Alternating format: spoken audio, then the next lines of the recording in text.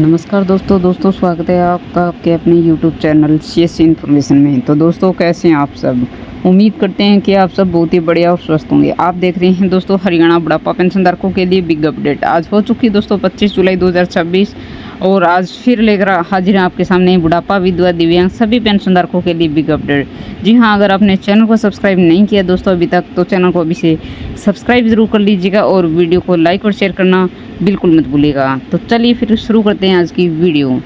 दोस्तों जैसा कि मैंने आपको बताया कि हम बात करने वाले हैं हरियाणा में जो पेंशनधारक हैं उनकी, यानी चाहे वो बुढ़ापा पेंशन के अंतर्गत आते हों, अगर कोई महिला विधवा है यानी जिनके पति की मृत्यु हो चुकी है, या फिर कोई दिव्यांग है यानी हैंडीकैप्ड है, या फिर लाडली जो बेटियां हैं, या फिर अगर हम बात करें विधुर है जिनकी पत्नी की मृत्यु हो चुकी है, या फिर अविवाहित है, यानी इस प्रकार करके हम बहुत सारी जो हरियाणा में सामाजिक कल्याण विभाग के अंतर्गत जो पेंशन आती है उनके बारे में हम जिक्र करने वाले हैं। तो सबसे पहले मैं आप सभी को बता देना चाहूँगी कि दोस्तों आप सभी को पता है कि जो बुढ़ापा पेंशन है वो जैसे ही 60 की एज पूरी होती है उसके बाद पेंशन बन जाती है।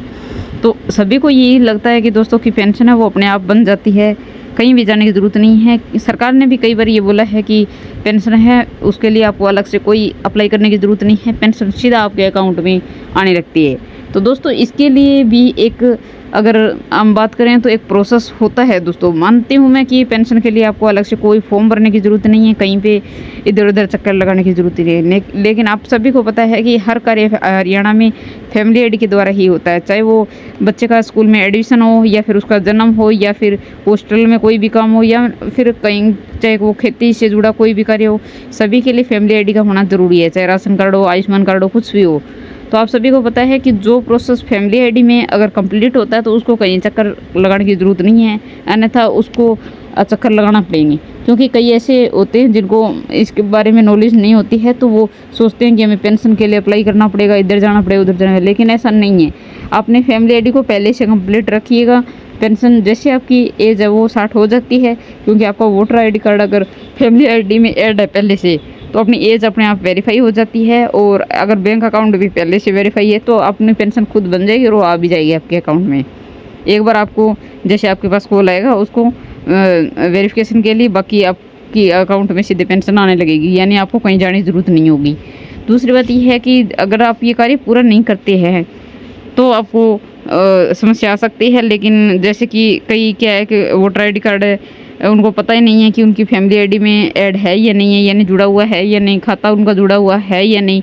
फैमिली आईडी तो उन्होंने बनवा ली, क्योंकि जैसे कि राशन से जुड़ी या फिर और भी सरकारी योजना है जिनका लाभ जो फैमिली आईडी से मिलता है, तो फैमिली आईडी तो बन चुकी है लेकिन उसमें बहुत सारी त्रुटियाँ हैं, उसको वो दूर नहीं करते, उसको अपडेट नहीं करते। ऐसे में उसकी पेंशन वो कई बार बनी हुई है तो भी रोक दी जाती है। उनको लगता है कि सरकार के द्वारा कट गई है, या फिर कई बार क्या होता है कि उनका जो प्रोसेस है वो कंप्लीट ही नहीं होता, तो उनकी पेंशन नई सिरे से अगर कोई बनवाना चाहता है तो वो बनती नहीं है। तो सबसे बड़ी बात है अपने फैमिली आईडी को हमेशा से अपडेट रखिए। हरियाणा में जितनी भी सरकारी योजनाओं का जो लाभ मिलता है वो फैमिली आईडी के आधार पे ही मिलता है।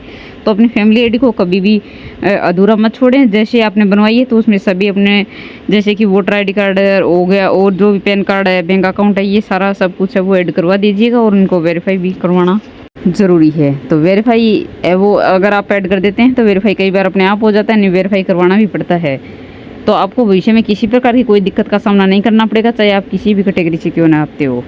यानी अगर कोई दिव्यांग है तो अगर कोई मतलब किसी भी प्रकार की मतलब पेंशन है तो वो सीधे आपको वहाँ से मिलती रहेगी। यानी अपनी फैमिली आईडी को अपडेट रखना, कंप्लीट रखना वो आपका काम है। बैंक केवाईसी करवाना है, जैसे कि अपना व्यवसाय है उसको ध्यान रखना है। अपने काफ़ी दिन हो चुके हैं, अगर आपने फैमिली आईडी को अपडेट नहीं किया है तो वो अपडेट करना, ये सारा कार्य आपको करना ज़रूरी है। तो दोस्तों ये था दोस्तों आपको बताया मैंने पेंशन से जुड़ा अपडेट, ये सभी पेंशनधारकों के लिए। उसके अंदर लाडो लक्ष्मी योजना भी आती है, तो इसमें भी आपका हाउसवाइफ होना ज़रूरी है। अगर आप कहीं पर भी कुछ कार्य कर रहे हैं तो ऐसे में आपको लाभ है वो नहीं मिलेगा। अगर आप या फिर सरकारी नौकरी पर है तो भी, मतलब आपके घर में कोई भी मेंबर है तो भी आपको इन योजनाओं का लाभ है वो नहीं मिलने वाला है। तो आई होप आपको ये जानकारी दोस्तों पसंद आई हुई। चैनल को सब्सक्राइब नहीं किया दोस्तों अभी से चैनल को सब्सक्राइब जरूर कर लीजिएगा, वीडियो को लाइक और शेयर करना बिल्कुल मत भूलिएगा। धन्यवाद।